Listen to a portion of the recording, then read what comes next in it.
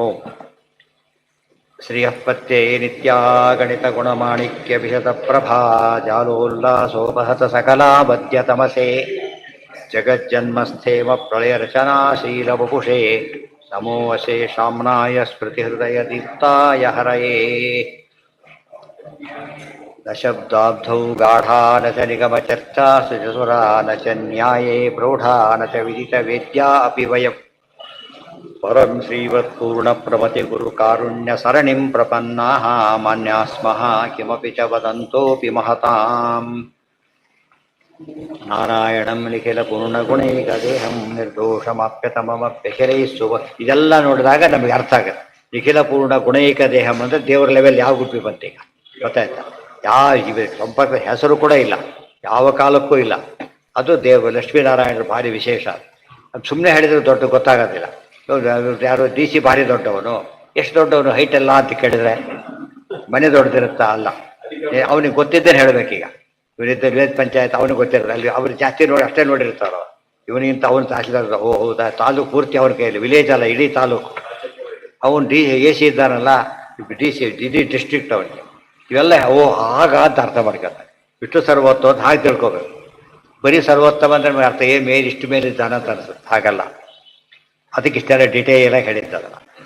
ಇಷ್ಟು ಹೇಳಿ ನಿಖಿಲ ಪೂರ್ಣ ಗುಣೈಕ ದೇಹಂ ನಿರ್ದೋಷಂ ಆಪ್ಯತಮಮಪಿ ಅಖಿಲೈಃ ಸುವಾಕ್ಯೈ ಅಶೋದ್ಭವಾದಿತಮಶೇಷ ವಿಶೇಷತೋಪಿ ವಂದ್ಯಂ ಸದಾ ಪ್ರಿಯತಮಂ ಮಮ ಸನ್ನಮಾಮಿ. ಕುಪಿತಾ ಹಿ ಓಂ ಓಂ ಅಸಾತೋರ್ಮ ಜಿಜ್ಞಾಸ ಓಂ ಕುಪಿತಾ ಹಿ ಫಣಚ್ಛಾಯಾ ಸಮೀಕೃತ್ಯಾಪರಂ ಸುಖಂ ಸೇವಂತೆ ಯತ್ಪದಂ ಧೀರಾಃ ತಂ ಭಜೆ ವಲ್ಲಭಂ ಶ್ರಿಯಃ. ಈಗ ಲೋಕದರ್ಶನವಾದ್ದೇವ ವೇದರೋಧಾಯ ಶಕ್ನುಯೇ. ಆದ್ದರಿಂದ ಏನಿಲ್ಲ ಪರಮಾತ್ಮನಲ್ಲಿ, ಈ ರೀತಿ ಸರಿಯಾಗಿ ನೋಡಿಕೊಂಡ್ರೆ ಯಾವ ಸಮಸ್ಯೆನೂ ಇಲ್ಲ. ದೇವ್ರ ವಿಷಯ ಬೇರೆ. ಭೇದಂ ನೈವ ಪ್ರಪಶ್ಯಂತಿ ಭೇದಮನ್ಯೇಭ್ಯ ಏವ ಚ ಪಶ್ಯಂತೇವ ಹರಿಸ್ತೇಷಾಂ ಸಂದರ್ಶಯತಿ ನಾನ್ಯಥಾ. ಈ ರೀತಿ ವಿಷ್ಣು ಸರ್ವೋತ್ತಮ ವಿಷಯ ಅದೇ ವಿಷಯ ಬಂದಿರೋದು. ಪರಮಾತ್ಮನಿಗೇನಿಲ್ಲ, ಎಷ್ಟೇ ರೂಪ ತಗೊಂಡ್ರು ಕೂಡ ಪರಮಾತ್ಮ ಪರಮಾತ್ಮನೇ, ಎಷ್ಟೇ ರೂಪ ಜೀವರು ಜೀವರೇನೆ, ಆ ವ್ಯಕ್ತಿಗಳು ಅವರವರೇನೆ ಅಂತೆಲ್ಲ ಹೇಳ್ತಾ ಬಂದು ಮುಂದೆ ಹೇಳ್ತಾರೆ ಭೇದಂ ನೈವ ಅನ್ಯೇಭ್ಯೋ ಭೇದಂ ಪಶ್ಯಂತಿ. ಉದಾಹರಣೆಗೆ ಒಬ್ಬ ವ್ಯಕ್ತಿ ಇದ್ದಾನೆ, ಅವನು ಮಡಿಯಲ್ಲಿ ಒಂದು ವೇಷ ಹಾಕ್ಕೊಂಡಿದ್ದ, ಆಫೀಸ್ ಡ್ರೆಸ್ ಬೇರೆ ಇತ್ತು, ಬೇರೆದು ಏನೋ ಮಾಡಿ ಇನ್ನೊಂದು ಕೆಲಸ ಮಾಡ್ಕೊಂಡಿದ್ದ. ಇಷ್ಟಾರು ಏನು ಚೇಂಜ್ ಆಗಿಲ್ಲ, ವ್ಯಕ್ತಿ ಅವನೇನೆ. ಅದೇ ರೀತಿಯಲ್ಲಿ ಭಗವಂತ ಎಷ್ಟೇ ರೂಪ ತಗೊಂಡ್ರು ಕೂಡ ಅವನು ಭಗವಂತನೇ, ರೂಪಗಳಿಗೆ ಭೇದ ಇಲ್ಲ ಅಂತ. ಅದೇ ರೀತಿ ಇನ್ನೊಬ್ಬರಿದ್ದೆ, ಇಬ್ಬರು ವ್ಯಕ್ತಿಗಳಿದ್ದಾರೆ, ಒಂದೇ ಡ್ರೆಸ್ ಹಾಕ್ಕೊಂಡಿದ್ದಾರೆ, ಇಬ್ಬರು ಬೇರೆ ಬೇರೆ.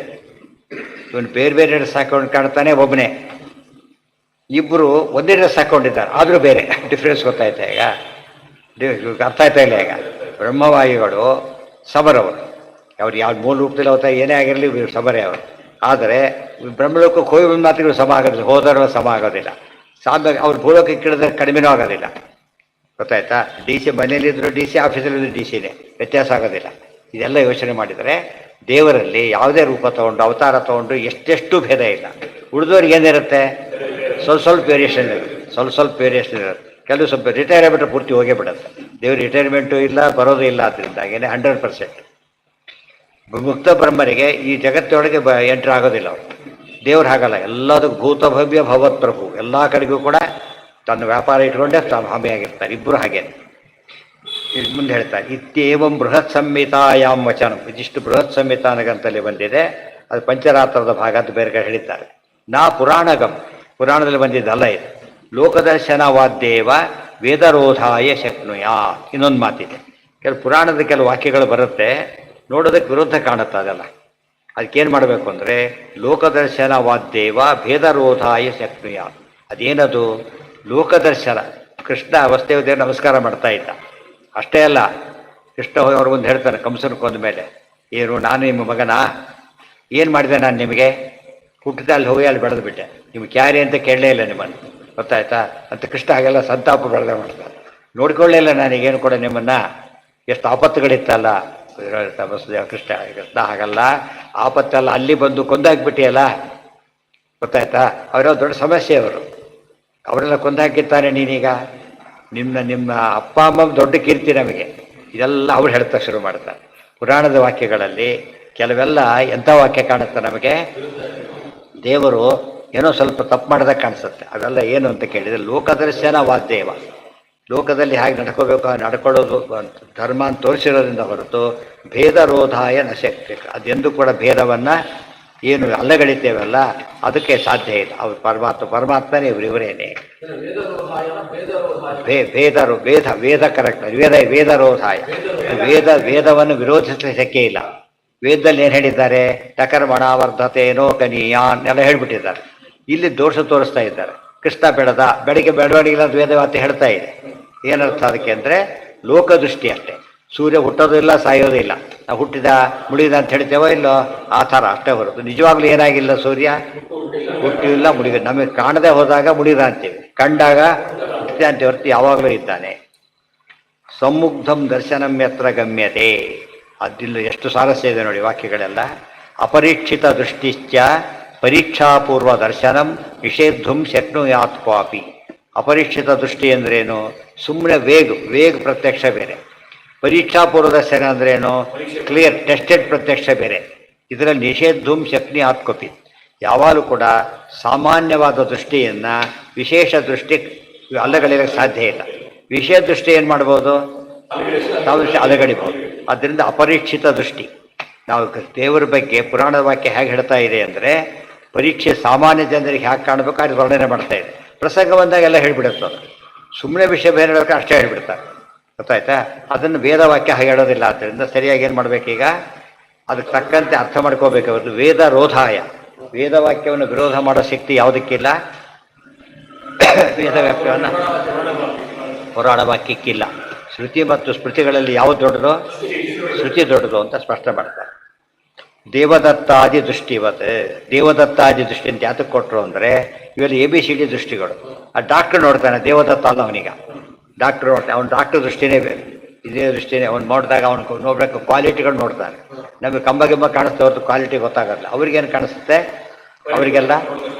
ಅವರಿಗೆಲ್ಲ ಕ್ವಾಲಿಟಿ ನೋಡ್ತಾನೆ. ನೋಡ್ತಾನೆ ಏನಿದು ಹೀಗಿದೆಯಲ್ಲ ಅಂತ. ನಮ್ಮ ಪ್ರಕಾರ ಫೈನ್ ಅಂತ ಅನಿಸಿರುತ್ತೆ, ಅವ್ರ ಪ್ರಕಾರ ಹೇಳ್ತಾರೆ ಏನು ಸರಿ ಇಲ್ಲ ಅಂತ ಹೇಳಿ. ಎಷ್ಟು ವ್ಯತ್ಯಾಸ ಇದೆ ನೋಡಿ. ಯಾಕಂದ್ರೆ ಪರೀಕ್ಷಿತ ದೃಷ್ಟಿ ಅಪರೀಕ್ಷಿತ ದೃಷ್ಟಿ. ಜ್ಞಾನಿಗಳ ದೃಷ್ಟಿಯಲ್ಲ ಪರೀಕ್ಷಿತ ದೃಷ್ಟಿ. ಅವ್ರು ಹೇಗೆ ಮಾತಾಡ್ತಾರೆ? ಯಾವಾಗಲೂ ಕೂಡ ಹೇಗೆ ಮಾತಾಡ್ತಾರೆ? ತಿಳಿದು ಮಾತಾಡ್ತಾರೆ. ಆದ್ದರಿಂದ ಅವ್ರ ಮಾತಿಗೆ ಬೆಲೆ ಕೊಡಬೇಕೆ ಹೊರತು ಸಾಮಾನ್ಯರ ಮಾತಿಗೆ ಬೆಲೆ ಕೊಡಬಾರ್ದು. ಪುರಾಣ ಸಾಮಾನ್ಯ ಅಲ್ಲ. ಆದರೆ ಕೆಲವು ಕಡೆ ಹೇಳ್ಬೇಕಾದ್ರೆ ಏನು ಮಾಡ್ತಾರೆ? ಸಾಮಾನ್ಯ ದೃಷ್ಟಿಯಲ್ಲಿ ಕಾಣುತ್ತೆ ಅಂತ ಹೇಳ್ತಾರೆ. ಅದನ್ನು ಅರ್ಥ ಮಾಡ್ಕೊಳ್ಳದೆ ಸುಮ್ಮನೆ ಅರ್ಥ ಮಾಡಿಕೊಂಡ್ರೆ ಪುರಾಣದಲ್ಲಿ ಹೀಗಿದೆ ಅಂತ ವಾದ ಮಾಡ್ತೀರಿ. ಪುರಾಣದಲ್ಲಿ ಸರಿಯಾಗೇ ಇದೆ, ನೀವು ಅರ್ಥ ಮಾಡ್ಕೊಂಡಿಲ್ಲ ಅಂತ ತಾತ್ಪರ್ಯ. ನಚ ನಿಶ್ಚಿತ ಭೇದಶ್ಚ ದರ್ಶನೇ ಅಸ್ತಿ ಪುರಾಣಗಂ ವಾಕ್ಯಂ ಕ್ವಚಿದ್ಧಿ. ಎಂದು ಪರಮಾತ್ಮನ ಮೂಲ ರೂಪಕ್ಕೆ ಅವತಾರ ರೂಪಕ್ಕೂ ಕೂಡ ನಿಶ್ಚಿತ ಭೇದವನ್ನು ಹೇಳ್ತಕ್ಕಂಥ ಪುರಾಣ ವಾಕ್ಯ ಸಿಗೋದಿಲ್ಲ. ಸಮ್ಮುಗ್ಧಂ ದರ್ಶನಂ ತತ್ರ ಗಮ್ಯತೆ. ಸಮ್ಮುಗ್ಧಂ ಅಂದ್ರೆ ಏನು? ಬೆರಕೆ ಮಾಡಿ ಹೇಳ್ಬಿಡ್ತಾರೆ, ಕಲಿಸಿ ಹೇಳ್ತಾರೆ. ನಮಗೇನು ಗೊತ್ತಾಗೋದಿಲ್ಲ? ವೇದ ಹೇಳೋದು ಗೊತ್ತಾಗೋದಿಲ್ಲ ಅಷ್ಟೇ ಹೊರತು ಅದು ಸರಿಯಾಗಿ ಇದ್ರೂ ಕೂಡ ತಿಳ್ಕೊಳ್ಳೋ ಸಿಗ್ತದೆ, ನಮಗಿರೋದಿಲ್ಲ. ಈ ಹಾಲಲ್ಲಿ ನೀರು ಸೇರಿಸಿದಾಗ ಏನಾಯಿತು? ನಮಗೆ ಗೊತ್ತಾಗೋದಿಲ್ಲ. ಅದು ಹಾಲು ಅಲ್ಲದೆ ಹೋದ್ರೆ ಹಾಲು ಅಂತ ತಿಳ್ಕೊಂಡ್ಬಿಡ್ತೇವೆ. ಆ ರೀತಿ ಅಪರೀಕ್ಷೆ ದೃಷ್ಟಿ ಹಾಗಿರುತ್ತೆ. ಏನ? ಹೌದು, ದೇವರಿಗೆ ಅದೆಲ್ಲ ಏನೂ ಇಲ್ಲ. ಎರಡು ಕಾಣುತ್ತೆ ನೋಡೋದಕ್ಕೆ, ಬಟ್ ಇರೋದು ಮಾತ್ರ ಅದೇ. ಅಪರೀಕ್ಷಿತಮೇ ಮಾತ್ರ ವೇದಾಧಿಕಮಧೀಶಿತು ಪರೀಕ್ಷಾದರ್ಶನೇನೈವ ದೃಶ್ಯತೆ ಕೇನಚಿತ್ ಕ್ವಚಿತ್. ದೃಷ್ಟಾಂತ ಕೊಡ್ತಾರೆ. ಕೃಷ್ಣನ ಬಾಣ ಹೊಡೆದ್ರು ಭೀಷ್ಮಾಚಾರ್ಯ ಹಣೆಗೆ. 10 ಬಾಣ ಹೊಡೆದ್ರಂತ ರಕ್ತ ಬಂದ್ಬಿಡ್ತಾರೆ. ಗೊತ್ತಾಯ್ತಾ? ಓ ನೋಡಿದ್ರ ಪಾಪ, ಕೃಷ್ಣನಿಗೂ ನಮ್ಮಂಥ ದೇಹನೇ.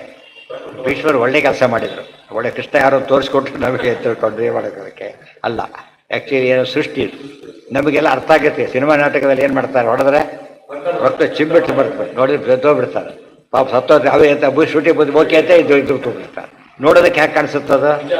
ರಿಯಲ್ ಕಣ್ಣಾಗೆ ಕಾಣಿಸುತ್ತೆ ನೋಡೋದಕ್ಕೋಸ್ಕರ. ಆ ಮನೆಯವ್ರಿಗೆ ಬಿಟ್ಟು ಹತ್ಕತ್ತ ಕೂತ್ಬಿಡ್ತಾರೆ, ಹೋಗೇ ಬಿಟ್ಟವ್ರು ಅಂತೇಳಿ. ಉಳಿದವ್ರಿಗೆ ಗೊತ್ತು, ನಾವು ಚಪ್ಪಾಳೆ ಹಾಕ್ತಿರ್ತೇವೆ, ನೋಡಿದ್ರೆ ಚಪ್ಪಾಳೆ ಹಾಕ್ತೇವೆ. ಕೊಲೆ ಮಾಡಿದ್ರೆ ಚಪ್ಪಾಳೆ ಹಾಕ್ತಾರೆ. ಚಪ್ಪಾಳೆ ಅಲ್ಲಿ ಕೊಲೆ ಮಾಡಿ ಯಾರು ಆ್ಯಕ್ಷನ್ ಚಪ್ಪಾಳೆ ಹಾಕಿದ್ದು ಯಾತಕ್ಕೆ?